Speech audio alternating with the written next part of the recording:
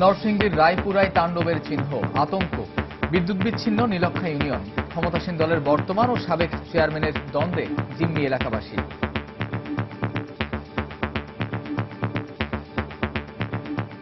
আমাদের চলাচল বন্ধ হয়ে গেছে, বিঘ্ন হইতেছে, ব্যবসা বাণিজ্য বন্ধ। 12 বছর এতে বেশি কার্য করতেছে, জর্গা করতেছে। 20 থেকে 15% লোক শুধু ঝগড়া করে, 80% লোক কোনো ঝগড়া নাই, তারা শুধু খেলার পুতুল। এখন 4 জন নিহতের ঘটনায় মামলা, অভিযুক্ত 2 নেতাকে গ্রেফতারে পুলিশের অভিযান। পুলিশ সুপার মহোদয় অফিসে 2 জন নেতাকে ডেকে এখানে মীমাংসা করার চেষ্টা করেছে, তারপরেও তারা পুলিশের কোনো কর্ণপাত না করে কালকে তারা পুলিশের উপর চড়াও হয়েছে। তাদেরকে গ্রেপ্তার করার জন্য গতকাল থেকে আমাদের ব্লক রেড দেওয়া হয়েছে। দেখছিলেন সময়ের প্রধান শিরোনাম। রাত 11টার সময় সঙ্গে আছি আমি কামরুজ্জামান মামুন এবং আমি জাফর সাদিক। এবারে অন্যান্য শীর্ষ সংবাদ। নাসিরনগরের ঘটনায় আইন শৃঙ্খলা রক্ষা বাহিনীর গাফিলতি নিয়ে গণমাধ্যমে খবর প্রকাশ। পুলিশ প্রধান জানালেন, এখনো দেয়া হয়নি তদন্ত প্রতিবেদন। ভূমিদস্যুরা গাইবান্ধার গোবিন্দগঞ্জে সাঁওতালদের ব্যবহার করার চেষ্টা করেছে। আইন শৃঙ্খলা কমিটির সভায় মন্তব্য। জড়িতদের বিরুদ্ধে ব্যবস্থা নেওয়ার নির্দেশ। আদালত থেকে পালিয়ে যাওয়া গারো তরুণী ধর্ষণ মামলার আসামি রুবেল ফের গ্রেফতারের পর 6 দিনের রিমান্ডে। পালানোর ঘটনায় পুলিশের উদাসীনতার অভিযোগ। নারায়ণগঞ্জ সিটি কর্পোরেশন নির্বাচনে এবারও আওয়ামী লীগের প্রার্থী মনোনয়নকে ঘিরে জটিলতার আশঙ্কা। কেন্দ্রের সিদ্ধান্তের দিকে তাকিয়ে বিএনপি।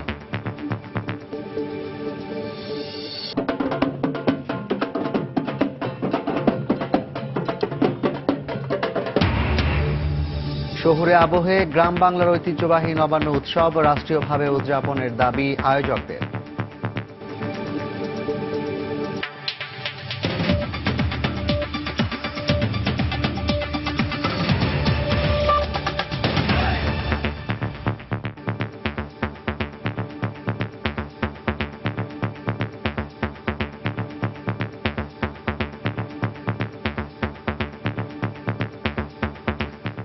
নরসিংদীতে ক্ষমতাসীন দলের বর্তমান ও সাবেক চেয়ারম্যান সমর্থকদের সংঘর্ষ আর তাণ্ডবের চিহ্ন ছড়িয়ে রয়েছে গোটা নীলক্ষা ইউনিয়নে। আতঙ্কে দিন পার করছেন এলাকার মানুষ। গ্রামবাসী বলছেন, যুগ যুগ ধরে এমন সহিংসতা দেখে আসছেন তারা। এদিকে 4 জন নিহতের ঘটনায় অজ্ঞাত 1,500 ব্যক্তিকে আসামি করে 4টি মামলা করেছে পুলিশ। নরসিংদী প্রতিনিধি আশিকুর রহমান পিয়ালকে সঙ্গে নিয়ে আরো জানাচ্ছেন মাহমুদ রাকিব। ক্যামেরায় ছিলেন সাইদুল ইসলাম। টানা 3 দিনের ভয়াবহ সংঘর্ষের পর নরসিংদীর রায়পুরা উপজেলার ছায়াঘেরা নীলক্ষা ইউনিয়ন এখন রূপ নিয়েছে যুদ্ধবিধ্বস্ত কোনো দেশের মতো। দেখে বোঝার উপায় নেই, এখানে কিছুদিন আগে বসতি ছিল হাজারো মানুষের। এই এলাকার মানুষ স্বাধীনতার পর থেকে বিভিন্ন সময় টাটা বল্লম নিয়ে নানা সংঘর্ষের সাক্ষী হলেও সোমবারের ঘটে যাওয়া ঘটনা ছিল একেবারেই তাদের জন্য নতুন, যেখানে আধুনিক অস্ত্র ব্যবহার করে 4 জন গ্রামবাসীর নিহত হওয়ার ঘটনা হতবাক করেছে সবাইকে। আমার ভাই শুধু কাজ করতো, ভাত খাইতো, কারো দাঁড়ও দাঁড়তো না, কারো দাঁড়াইতো না। তাহলে কেন আমার ভাই আজকে জীবন দিতে হইলো? আমি এর বিচার চাই। সবসময় টাটা চলাফেরা হয়, কিন্তু এরকম কোনো কর্ম হয়েছে না। এবার গোলাগুলি হয়েছে, তাজা চেয়ারম্যানের সন্ত্রাস আনছে। সংঘর্ষের পর মঙ্গলবার সকালে ইউনিয়নে গিয়ে দেখা যায় এলাকায় এখনো থমথমে পরিস্থিতি বিরাজ করছে। ঘরবাড়ি পুড়িয়ে ফেলায় বিদ্যুৎবিহীন খোলা আকাশের নিচে দিন কাটাচ্ছেন হাজারো গ্রামবাসী। 200-300 ঘরের মতো পুরা গেছে। বিদ্যুতের লাইন যা আছে সব বিচ্ছিন্ন। আমরা নিরপেক্ষ কেন আয় পড়ছিলাম, আমার ঘর দর ফিরা লাইছি। ভুক্তভোগীদের অভিযোগ, ক্ষমতাসীন দলের বর্তমান ইউপি চেয়ারম্যান, আওয়ামী লীগের সাধারণ সম্পাদক তাজুল ইসলাম এবং সাবেক চেয়ারম্যান থানা আওয়ামী লীগের সাংগঠনিক সম্পাদক আব্দুল হক সরকারের দ্বন্দ্বের জেরে বছরের পর বছর জিম্মি হয়ে আছেন তারা। নীলক্ষার 80% লোক কোনো ঝগড়া নাই, তারা শুধু খেলার পুতুল। এখন আমরা আস্তে আস্তে যারা সাধারণ মানুষ আছে নরসিংদী ঢাকা চলে যাওয়ার চেষ্টা করতেছে। এক পার্টি যদি জিতে তাদের বাড়িঘর পুড়ে ফেলে, তো এদের মনের মাঝে ক্ষোভ থাকে। তখন এরাও যদি জিততে পারে, তখন পুনরায় ওদের বাড়িঘর আবার ভাঙচুর করে, পোড়াপুরি করে। দুটোটা দলে আওয়ামী লীগের, আব্দুল হক সরকার, একটা হলো তাজুল ইসলাম। এদিকে এদিন ঘটনাস্থল পরিদর্শনে এসে পুলিশ জানিয়েছে, সংঘর্ষ বন্ধে ব্যবস্থা নেওয়া হলেও দমানো যায়নি 2 চেয়ারম্যান সমর্থকদের। 2 জন নেতাকে ডেকে এখানে মীমাংসা করার চেষ্টা করেছে, তারপরেও তারা পুলিশের কোনো কর্ণপাত না করে কালকে তারা পুলিশের উপর চড়াও হয়েছে। তাদেরকে গ্রেপ্তার করার জন্য আমাদের ব্লক রেড দেওয়া হয়েছে। ময়না তদন্ত শেষে নিহত 4 গ্রামবাসীকে দাফন করা হয়েছে বলে জানিয়েছে জেলা প্রশাসক। পাশাপাশি জড়িতদের ধরতে সব ব্যবস্থা নেওয়া হয়েছে বলেও জানান তিনি। আমরা এটা বিশ্বাস করতে চাই যে আইন শৃঙ্খলা বাহিনী এই বিষয়ে প্রয়োজনীয় পদক্ষেপ নেবে, যে জড়িত থাকবে। আহত পুলিশের 5 সদস্য সহ প্রায় অর্ধ শতাধিক গ্রামবাসীকে বিভিন্ন হাসপাতালে চিকিৎসা দেওয়া হচ্ছে। এলাকাবাসীর দাবি, বর্তমান ইউপি চেয়ারম্যান তাজুল ইসলাম ও সাবেক ইউপি চেয়ারম্যান হক সরকারের ক্ষমতার দ্বন্দ্বের কারণেই বারবার ধ্বংসস্তূপে পরিণত হচ্ছে নীলক্ষা ইউনিয়ন। জীবন দিতে হচ্ছে নিরীহ গ্রামবাসীদেরও। এছাড়া স্বাধীনতার পর থেকে এ ধরনের সংঘর্ষে 36 জন নিহতের বিষয়ে আজও পর্যন্ত কোনো সুষ্ঠু বিচার না হওয়ার কারণে এসব ঘটনা থামছে না বলেও মনে করেন এলাকাবাসী। নরসিংদীর রায়পুরা থেকে মাহমুদ রাকিব, সময় সংবাদ। ব্রাহ্মণবাড়িয়ার নাসিরনগরে সংখ্যালঘুদের উপর নির্যাতন, মন্দির, বসত বাড়িতে ভাঙচুরের সুষ্ঠু তদন্ত ও দোষীদের গ্রেফতার দাবিতে রাজধানী সহ দেশের বিভিন্ন স্থানে মানববন্ধন ও বিক্ষোভ সমাবেশ করেছে বিভিন্ন সংগঠন। শাহবাগের বিক্ষোভ থেকে আগামী শুক্রবার নাসিরনগর অভিমুখে লং মার্চ কর্মসূচি ঘোষণা করা হয়। এছাড়া সংখ্যালঘু মন্ত্রণালয় ও সংখ্যালঘু কমিশন গঠনের দাবি জানানো হয়।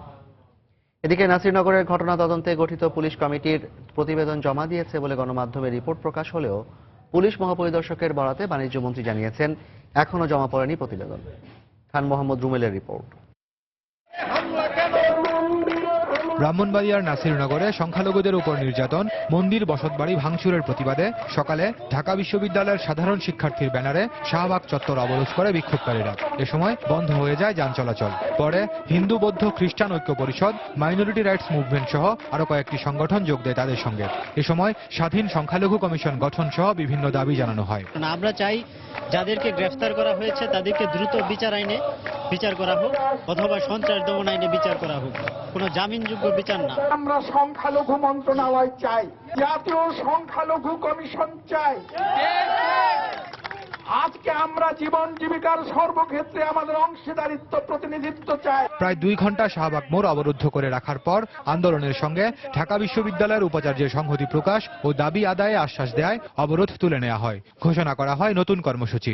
নাসিরনগরের ঘটনা সহ এই ঘটনার আগে পরে যে ধরনের ঘটনাগুলো ঘটেছে, যে সামাজিক পরিচয় সে বহন করুক না কেন, তার বিচার করে তাকে দৃষ্টান্তমূলক শাস্তি দেওয়া প্রয়োজন। আগামী শুক্রবার আমরা নাসিরনগর অভিমুখে লং মার্চ করব।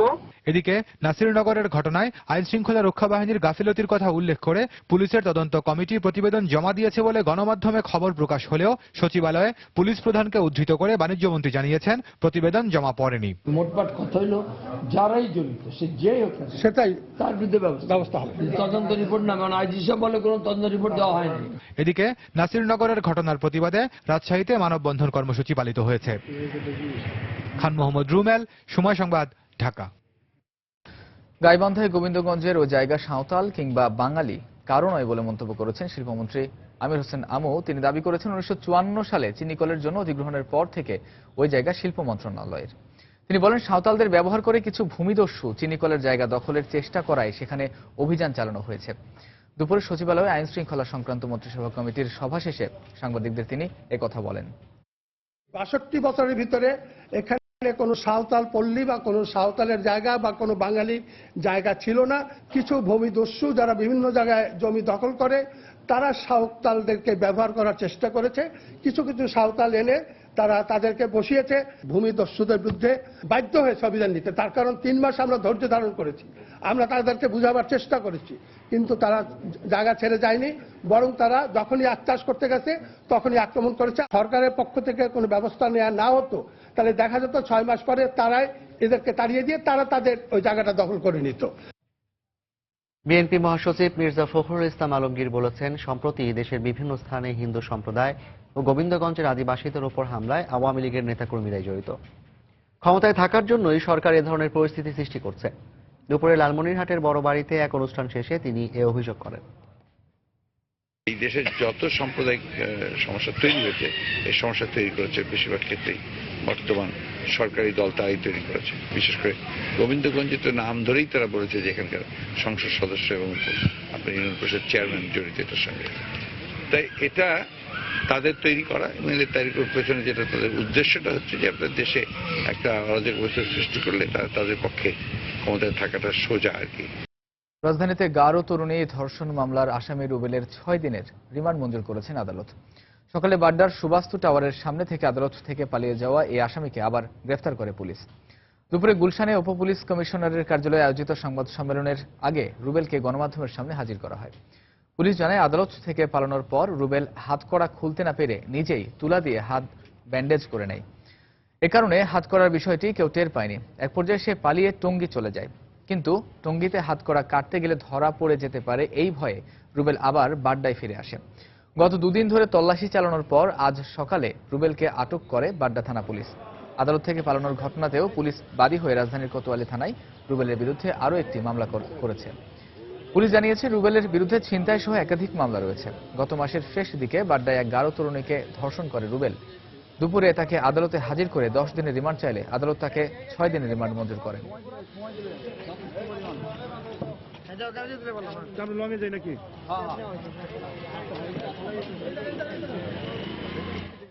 উত্তরবাড্ডা বটতলা থেকে আমরা ওকে গ্রেপ্তার করতে সক্ষম হয়েছি এবং তাকে জিজ্ঞাসাবাদের জন্য আমরা 10 দিনের রিমান্ডের আবেদন করেছিলাম। বিজ্ঞ আদালত শুনানি অন্তে 6 দিনের রিমান্ড মঞ্জুর করেছেন। সুবাস্তু টাওয়ারের পাশেই সে যখন বাসে ওঠার পরিকল্পনা করে তখন তাকে থানার একজন অফিসার তাকে আইডেন্টিফাই করে। যখন আমাদের অফিসার তাকে জড়িয়ে ধরে তখন সে উল্টা বলার চেষ্টা করে, কারণ আমাদের অফিসারও সিভিলে ছিল, যে যিনি জড়িয়ে ধরেছেন তাকে ছিনতাইকারী বলে প্রচার করার চেষ্টা করে। বাট যেহেতু আমাদের ওখানে 4 জন ছিল এবং দে হ্যাভ দ্য ওয়েপন ছিল, তখন তারা তাকে জড়িয়ে ধরলে আশেপাশের লোকজন বুঝতে পারে যে না, আসল ক্রিমিনাল ওখানে, এবং হাতের ব্যান্ডেজটা খুলে ফেললে দেখা যায় তার হাতে হ্যান্ডকাপ আছে। এইভাবে তাকে আমরা সকালবেলা এই সুবাস্তু টাওয়ারের পাশ থেকে বাড্ডা এলাকা থেকে আমরা তাকে গ্রেপ্তার করি। এদিকে গারো তরুণী ধর্ষণ মামলার আসামি রুবেলের পালিয়ে যাওয়ার জন্য রাষ্ট্রপক্ষের আইনজীবীকে দায়ী করেছেন পুলিশের গাফিলতি। তবে আসামি পালানোর জন্য বাড্ডা থানা পুলিশের অবহেলাকে দায়ী করেছেন ঢাকার কোতোয়ালি জোনের সিনিয়র সহকারী পুলিশ কমিশনার সাদিকুর রহমানের রিপোর্ট। এভাবে পুলিশ সদস্যদের চোখের সামনে দিয়েই পালিয়ে যায় গারো তরুণী ধর্ষণ মামলার আসামি রুবেল। এ সময় একেবারেই নির্বিকার বসে থাকতে দেখা যায় পুলিশ সদস্যদের। রোববার জবানবন্দি দিতে রুবেলকে আদালতে হাজির করে বাড্ডা থানা পুলিশ। আদালত থেকে আসামি পালানোর ঘটনা এর আগে ঘটে 2014 সালের 23 ফেব্রুয়ারি। ঢাকার দ্রুত বিচার ট্রাইব্যুনাল 4-এর কাঠগড়া থেকে পালিয়ে যায় জাহাঙ্গীরনগর বিশ্ববিদ্যালয়ের ছাত্র জুবায়ের হত্যা মামলার 4 আসামি। মামলার ধরন ও গুরুত্ব বিবেচনায় আসামিকে হাতকড়া ছাড়াও দড়ি দিয়ে বাঁধা এবং ক্ষেত্রবিশেষে ডান্ডা বেরিয়ে পরিয়ে আদালতে হাজির করার নিয়ম থাকলেও অনেক মামলার আসামি রুবেলকে শুধুমাত্র হাতকড়া পরিয়ে হাজির করা হয়। শুধু একটা হ্যান্ডকাপ তার হাতে ছিল, হ্যান্ডকাপ পরা ছিল এক হাতে।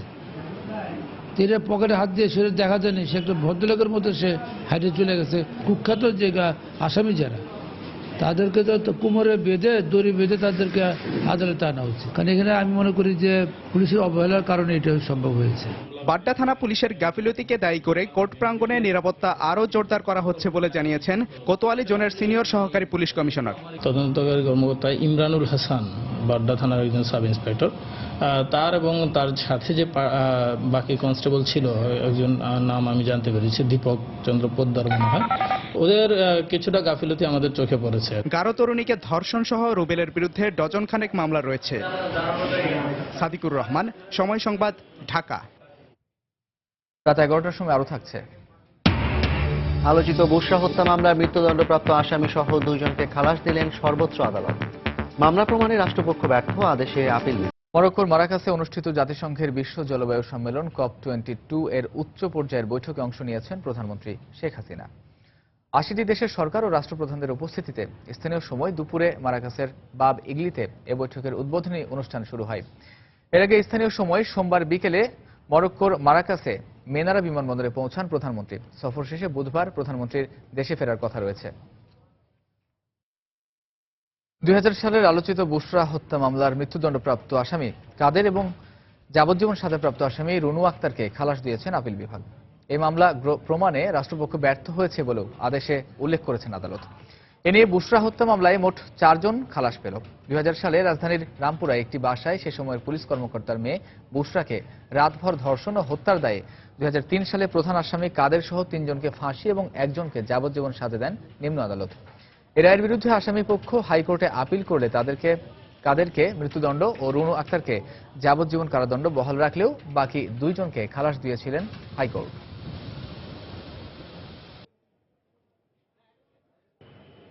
কাদেরের যে ডেথ সেন্টেন্স ছিল সেখান থেকে তাকে খালাস দিয়েছে এবং রুনু কাদেরের যে লাইফ ছিল যাবজ্জীবন কারাদণ্ড সেখান থেকেও তাকে খালাস দিয়েছে।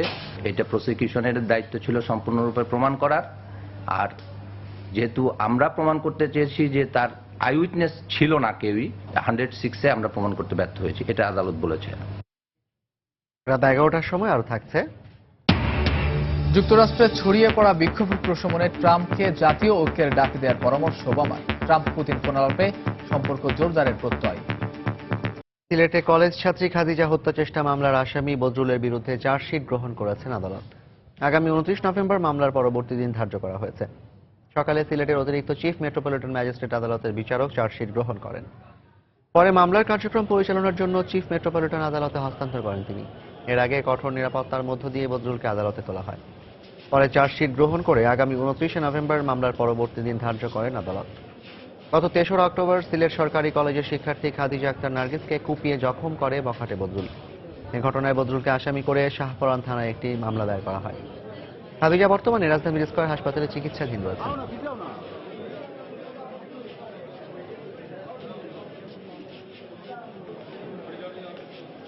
আগামী 22 ডিসেম্বর প্রথমবারের মতো দলীয় প্রতীকে অনুষ্ঠিত হতে যাচ্ছে নারায়ণগঞ্জ সিটি কর্পোরেশন নির্বাচন। এবারও আওয়ামী লীগের প্রার্থী মনোনয়নকে ঘিরে দেখা দিয়েছে নানা জটিলতার আশঙ্কা। বর্তমান মেয়রের পাশাপাশি দলীয় মনোনয়নের দৌড়ে থাকছেন নগর আওয়ামী লীগ সভাপতি। এদিকে নির্বাচনকে ঘিরে নিজেদের ঘর গোছানোর কাজ ছেড়ে নিলেও কেন্দ্রের সিদ্ধান্তের দিকে তাকিয়ে বিএনপি। আশরাফুল ইসলামের ক্যামেরায় রাশেদ লিমনের রিপোর্ট। নানা নাটকীয়তা আর টানটান উত্তেজনায় ভরপুর ছিল গতবারের নারায়ণগঞ্জ সিটি নির্বাচন। শেষ মুহূর্তে বিএনপি সমর্থিত প্রার্থী নির্বাচন থেকে সরে আসায় লড়াই জমে আওয়ামী লীগ সমর্থক দুই প্রার্থীর মধ্যে। দলীয় সমর্থন না পেলেও শেষ পর্যন্ত ভোট যুদ্ধে জয়ী হন আইভি রহমান।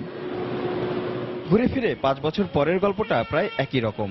এবারও প্রার্থী হচ্ছেন বর্তমান মেয়র। এবারই প্রথম দলীয় ভিত্তিতে হতে যাওয়া এই নির্বাচনে নৌকা প্রতীক নিয়েই মাঠে থাকার বিষয়ে নিশ্চিত তিনি। সেই সাথে ভরসা রাখছেন নিজের 5 বছরের কাজের উপর। এইবার হলো আপনাকে দলের নমিনেশনটা নিতে হবে। আমি নমিনেশনের ক্ষেত্রে 100-এর মধ্যে 200% আশাবাদী যে এইবার আমারই নমিনেশন হবে, বিকজ আমি এমন কোনো কাজ করি নাই যেই কারণে আমার কোনো কর্মকাণ্ডে দলকে পিছাতে হয়েছে। এদিকে গত নির্বাচনে আইবির নির্বাচনী সমন্বয়ক এবার তার মাঠের প্রতিপক্ষ। মহানগর আওয়ামী লীগের এই সভাপতি বলছেন, কোনো ব্যক্তি বিশেষের ইশারায় নয়, তৃণমূল সমর্থনের ভিত্তিতেই দলীয় মনোনয়নের ব্যাপারে আশাবাদী তিনি। তৃণমূল আমাকে সমর্থন করেছে, আমার কে প্রার্থী করলো এটা বড় ব্যাপার নয়। বঙ্গবন্ধু আদর্শই আমার আদর্শ, আমি সেই আদর্শে বলে এই প্রার্থী হয়েছি এবং শেখ হাসিনা যদি আমাকে মনোনয়ন দেয় আমি সেই নির্বাচনটা করার জন্য মন মানসিকভাবে প্রস্তুত। আর এখনো আক্ষেপের সুর গত নির্বাচনে বিএনপি সমর্থিত প্রার্থী তৈমুরের কণ্ঠে। তবে নিজের অংশগ্রহণের বিষয়ে কিছু না বললেও দলের প্রস্তুতি শেষ বলে জানান তিনি। দেশনেত্রী খালেদা জিয়া যে সিদ্ধান্ত দিবেন সেই সিদ্ধান্তই আমি ওইভাবে আমরা কাজ করব। তবে ব্যক্তিগতভাবে ক্যান্ডিডেট হওয়ার প্রশ্নে আমি এবার ক্যান্ডিডেট হতে চাই না। এই নির্বাচনে 4,19,392 জন ভোটার নির্বাচন করবেন পরবর্তী সিটি মেয়র। ভৌগোলিকগত কারণেই ঐতিহ্যবাহী নগরী এই নারায়ণগঞ্জ। তার উপরে এলাকার স্থানীয় রাজনীতি যে কোনো নির্বাচন হলেই আলোচনায় রাখে শিল্পনগরীটিকে। আর তাই প্রথমবারের মতো দলীয় প্রতীক নিয়ে হতে যাওয়া সিটি কর্পোরেশনের এই নির্বাচন কেমন হবে সেটাই দেখার অপেক্ষায় নগরবাসী। রাশেদ লিমন, সময় সংবাদ, নারায়ণগঞ্জ। এদিকে নারায়ণগঞ্জ সিটি কর্পোরেশন নির্বাচনে বিএনপি অংশ নিতে পারে বলে ইঙ্গিত দিয়ে বিএনপির স্থায়ী কমিটির সদস্য গয়েশ্বর চন্দ্র রায় বলেছেন, অতীতের স্থানীয় সরকার নির্বাচনে বিএনপি যেভাবে অংশ নিয়েছে আগামী নির্বাচনগুলোতেও একইভাবে অংশ নেবে। বিকেলের সময় সংবাদকে তিনি একথা বলেন। ইতিপূর্বে কোনো স্থানীয় সরকার নির্বাচন আমরা বর্জন করিনি। আমরা নির্বাচনে অংশগ্রহণ করছি, কোনো নির্বাচনে আমরা 10টা পর্যন্ত 12টা পর্যন্ত, কোনো নির্বাচনে আমরা 5টা পর্যন্ত থাকছি। তো সেই আলোকে বলা যায় যে আমাদের নির্বাচনে অংশগ্রহণ করার সম্ভাবনাই বেশি। সেটা সম্পূর্ণভাবে নির্ভর করবে নির্বাচন কমিশন নির্বাচনে মাঠে দাঁড়িয়ে থাকে প্রার্থীদের ব্যাপারে তিনি আইনগতভাবে কতটুকু তার দায়িত্ব পালন করবেন। নারায়ণগঞ্জের বন্দর এলাকায় একটি বাসায় গ্যাস লাইন বিস্ফোরণে দগ্ধ 3 জনের অবস্থায় আশঙ্কাজনক। 3 জনই ঢাকা মেডিকেল কলেজ হাসপাতালের বার্ন ইউনিটে চিকিৎসাধীন রয়েছেন। এলাকাবাসীর অভিযোগ, অনেকদিন ধরে এই বাসাটির গ্যাস লাইনের সমস্যা ছিল। মালিককে বারবার বলার পরও ঠিক করেননি গ্যাস লাইন। প্রতিদিনের মতো সকালে রান্না করতে রান্নাঘরে গিয়েছিলেন মায়া বেগম। চুলা জ্বালানোর সঙ্গে সঙ্গে ঘরে আগুন লেগে যায়। মুহূর্তেই তা ছড়িয়ে পড়ে পুরো বাড়িতে। অগ্নিকাণ্ডের খবর পেয়ে বন্দর ফায়ার সার্ভিস ঘটনাস্থলে গিয়ে আগুন নিয়ন্ত্রণে আনে। গ্যাস কিছু ওইখানে গিয়ে জমা হয়েছে, হয়তো বিড়ি সিগারেট জ্বালাইছে, ওইখানটা হয়তো দপ করে একটা বিস্ফোরণ হয়েছে। বাড়িতে ছড়িয়ে পড়া আগুনে দগ্ধ হন মায়ের স্বামী রায়হান ও 2 বছর বয়সী মেয়ে মরিয়মও। পরে তাদেরকে উদ্ধার করে আশঙ্কাজনক অবস্থায় ঢাকা মেডিকেল কলেজ হাসপাতালে নিয়ে আসেন এলাকাবাসী। তারা জানান, অনেকদিন ধরেই বাসাটির গ্যাস লাইনের সমস্যা ছিল। মালিককে বারবার বলার পরও ঠিক করেনি গ্যাস লাইন। লাইজারের সমস্যা গ্যাস বাড়িতে আছে, তো তারা ঠিক করে নাই। পরে গ্যাস রাত্রে ঘরে যে পুরো ভরপুর হয়ে রয়েছে, তো সকালবেলা তারা সিগারেট মোটর ঘরে জ্বালাইছে, ওই গ্যাসই মনে করেন যে হইয়া চালচল সব ফাইটে গেছে। হঠাৎ একটা আওয়াজ হলো, আওয়াজ ওইটা দিকে হেরা দুজন শৈলে পুড়ে আছে, বাচ্চাটাও পুড়ে আছে।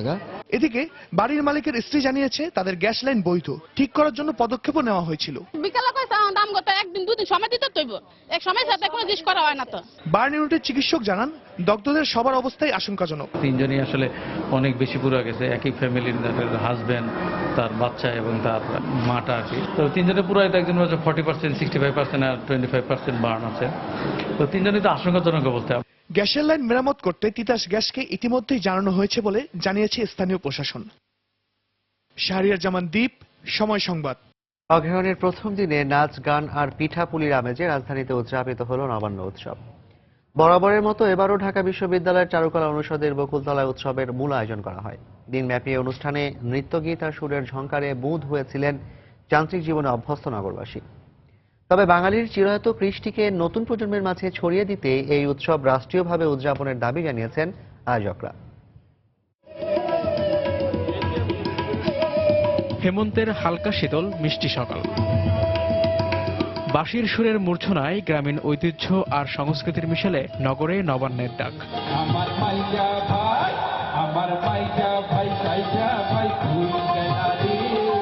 আবহমান কাল ধরে চলে আসা গ্রাম বাংলার এই লোকপ্রিয় উৎসবে অংশ নিতে ঢাকা বিশ্ববিদ্যালয়ের চারুকলা অনুষদের বকুলতলায় হাজির হতে থাকেন নগরবাসী। শহরে ফ্ল্যাট সংস্কৃতিতে অভ্যস্ত মানুষেরা পিঠাপুলির রাজ্যে এসে কিছুক্ষণের জন্য যেন হারিয়ে যান গ্রাম বাংলার সেই নবান্নে।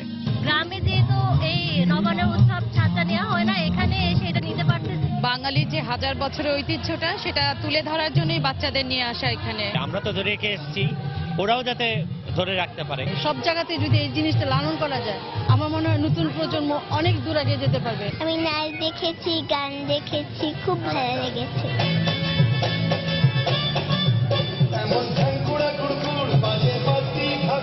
নবান্নের এই আয়োজনে রাষ্ট্র অংশগ্রহণ করুক সাড়ম্বরে, দাবি আয়োজকদের।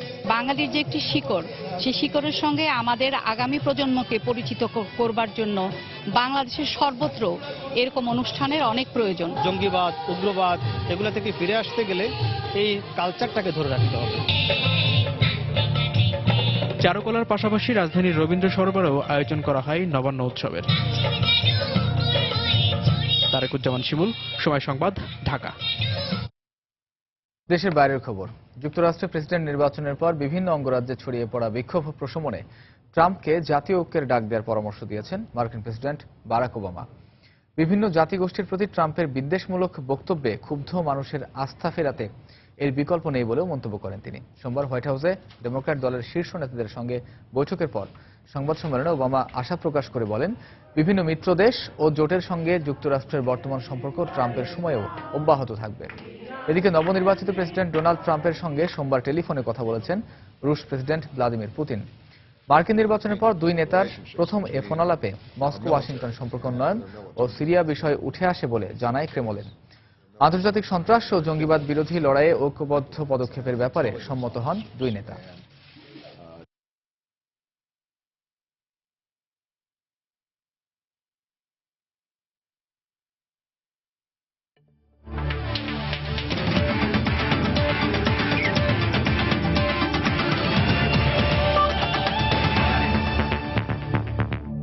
ছেলেদের 3টি ও নারীদের একটি বয়সভিত্তিক দলকে 4টি ভিন্ন বিকেএসপিতে 2020 সাল পর্যন্ত ক্যাম্পের ব্যবস্থা করতে যাচ্ছে বাংলাদেশ ফুটবল ফেডারেশন।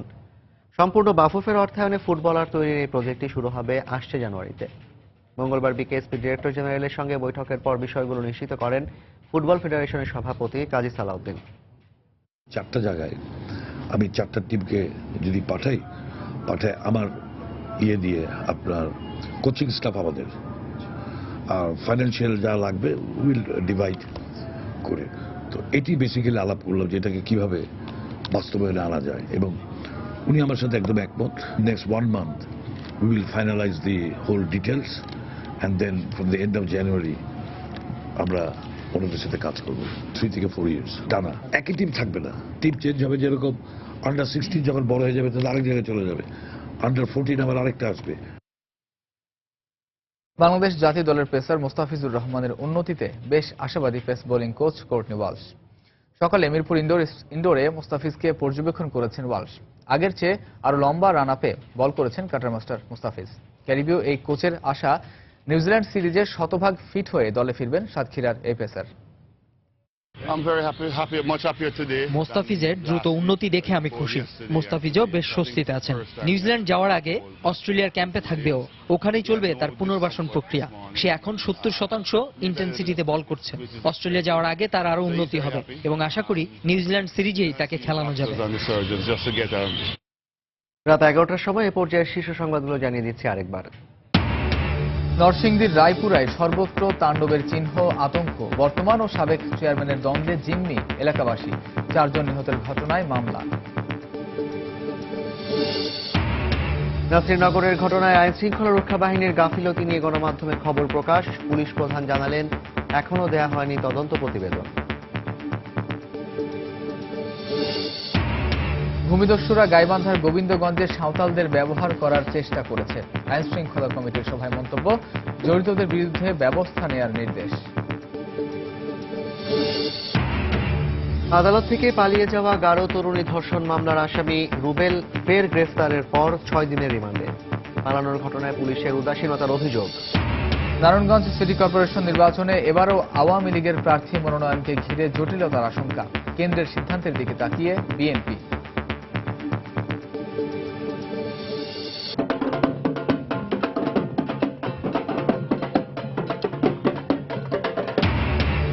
শহুরে আবহে গ্রাম বাংলার ঐতিহ্যবাহী নবান্ন উৎসব রাষ্ট্রীয়ভাবে উদযাপনের দাবি আয়োজকদের।